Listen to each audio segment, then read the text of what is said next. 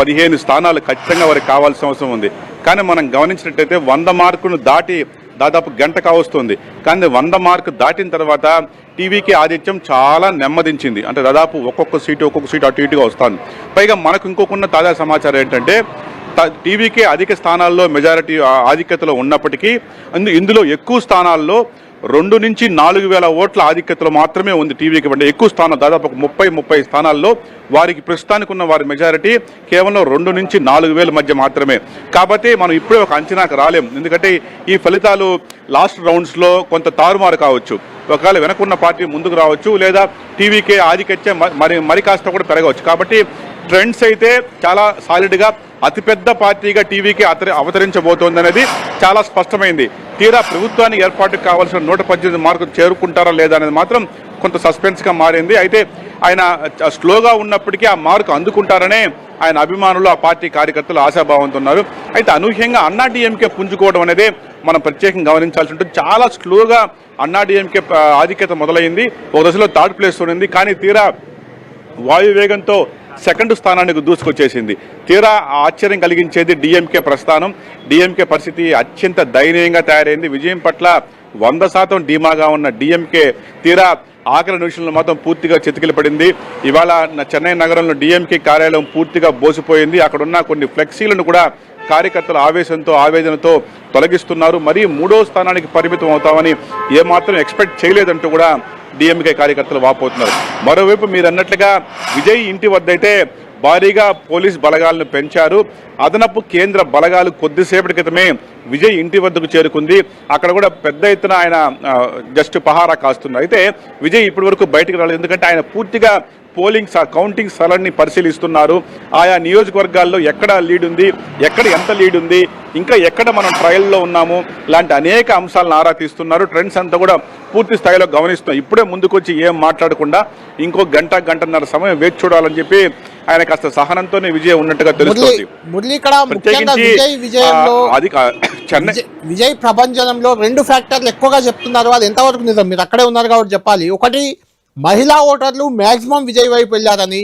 రెండోది, Gen Z 18 to 25 years 30 years వాళ్ళు కూడా విజయ్ వైపే మొగ్గు చూపారని. ఆ ఓటర్ల ఎఫెక్ట్ వల్లే విజయ్కి ఇలాంటి ప్రభంజనం ముందుకు పోతున్నారు. ఎందుకంటే సాంప్రదాయ ఓటర్లంతా డిఎంకే వైపు ఉంటారు.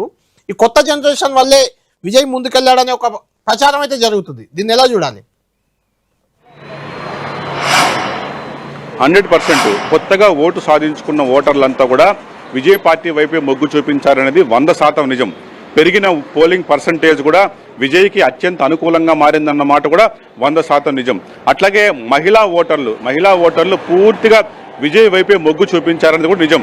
అంతేకాకుండా క్రిస్టియన్ మైనారిటీ, ముస్లిం మైనారిటీ, కొంత దళిత ఓట్ బ్యాంక్, సాంప్రదాయంగా డిఎంకేకి ఉన్న దళిత ఓట్ బ్యాంకు, బీసీ ఓట్ బ్యాంకులో చీలిక తెచ్చారు. ప్రధానంగా ఆ చీలిక పూర్తిగా ఆ టీవీకే వైపు మళ్ళిందనేది కూడా చాలా స్పష్టంగా కనిపిస్తోంది. అట్లాగే పెరిగిన పోలింగ్ పర్సంటేజ్ అంటే విజయ్ని అధికారంలో తీసుకురావాలా, విజయ్ని సీఎం చేయాలని కసిగా వచ్చి బూత్లోకి దూరి మరీ ఓటు వేశారనేవారి నిజం. ఇంటికే పరిమితమయ్యి చాలా కాలం ఓటింగ్కు దూరం ఉన్న ఆ శ్రేణులంతా కూడా నేరుగా ఇళ్లు వదిలొచ్చి నేరుగా విజయ్ పార్టీకి ఓటేశారు. అంతేకాకుండా మనం ఒక ప్రధాన విషయాన్ని గమనించాలి. మనకు తెలుసు దాదాపు ఒక 10 రాష్ట్రాల్లో SIR అంటే ఓటింగ్ ఎలక్టరల్ సిస్టంలో కొంత మార్పులు తీసుకొని వచ్చారు. చాలా ఓట్లను తొలగించారు. ఆ లెక్కన తమిళనాడులో 50 నుంచి 60 లక్షల ఓట్లు తొలగించారు. అంటే గత ఏడాది డిసెంబర్లో ఉన్న ఓట్లకి తీరా ఆ పోలింగ్ సమయానికి ఉన్న ఓట్లకి దాదాపు 60 లక్షల ఓట్లు తీసేయడం జరిగింది. ఇవన్నీ కూడా డూప్లికేట్ ఓట్స్, నకిలీ votes, fake votes, transfer votes అనే ఉద్దేశంతో పెద్ద ఎత్తున ఎలక్టరల్ ఓట్స్ అంతా తొలగించారు. స్టాలిన్ దీనిపైన మొదటి నుంచి కూడా పెద్ద ఎత్తున ఫైట్ చేస్తున్నారు. ఈవెన్ చాలా రాష్ట్రాల్లో జరిగింది.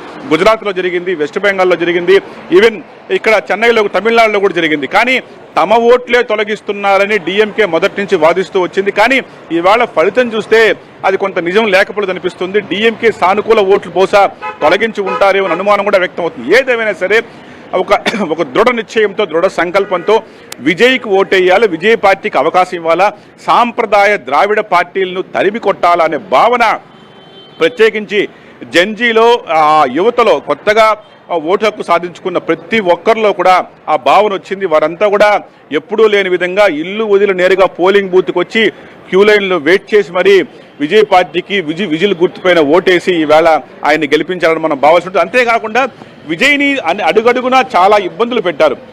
ఆ అంశాలే విజయ్ పట్ల సానుకూతను పెంచినాయని కూడా మనం గమనించాల్సి ఉంటుంది. కరూరు తొక్కిసలాట ఘటన తర్వాత ఏకంగా సిబిఐ కేసు నమోదైంది. ఆ సిబిఐ కేసు ఇప్పటికి కూడా ఆయన మెడ మీద కత్తిలాగా వేలాడుతోంది. దాని తర్వాత తన చివరి చిత్రం జననాయకన్ విడుదలకు నోచుకోకుండా సెన్సార్ నిబంధనలు అడ్డుపెట్టారు. అది కూడా ఆయనకి ఇబ్బంది ఎదురైంది. చివరకు ఆయన ఏదైతే ఉందో వ్యక్తిగత విషయాలు కూడా ఆయన డైవోర్స్ విషయంలో కూడా కొన్ని పార్టీలు ఇన్వాల్వ్ అయ్యి దాన్ని బదనాం చేశాయన్న భావన టీవీకే పార్టీలో ఉంది. అది కొంత ఆయన పట్ల సానుభూతి పెంచింది. అంతేకాకుండా త్రిషాతో ఉన్న రిలేషన్ పట్ల కూడా చాలా నీచంగా కొంత అసహ్యంగా వ్యాఖ్యలు చేశారు. ఇవన్నీ కూడా అంటే ఆ వ్యక్తిని ఎంత తొక్కితే అతను అంత సానుకూలతో ముందుకు వచ్చినాడు అనేది మనం భావించుంటుంది.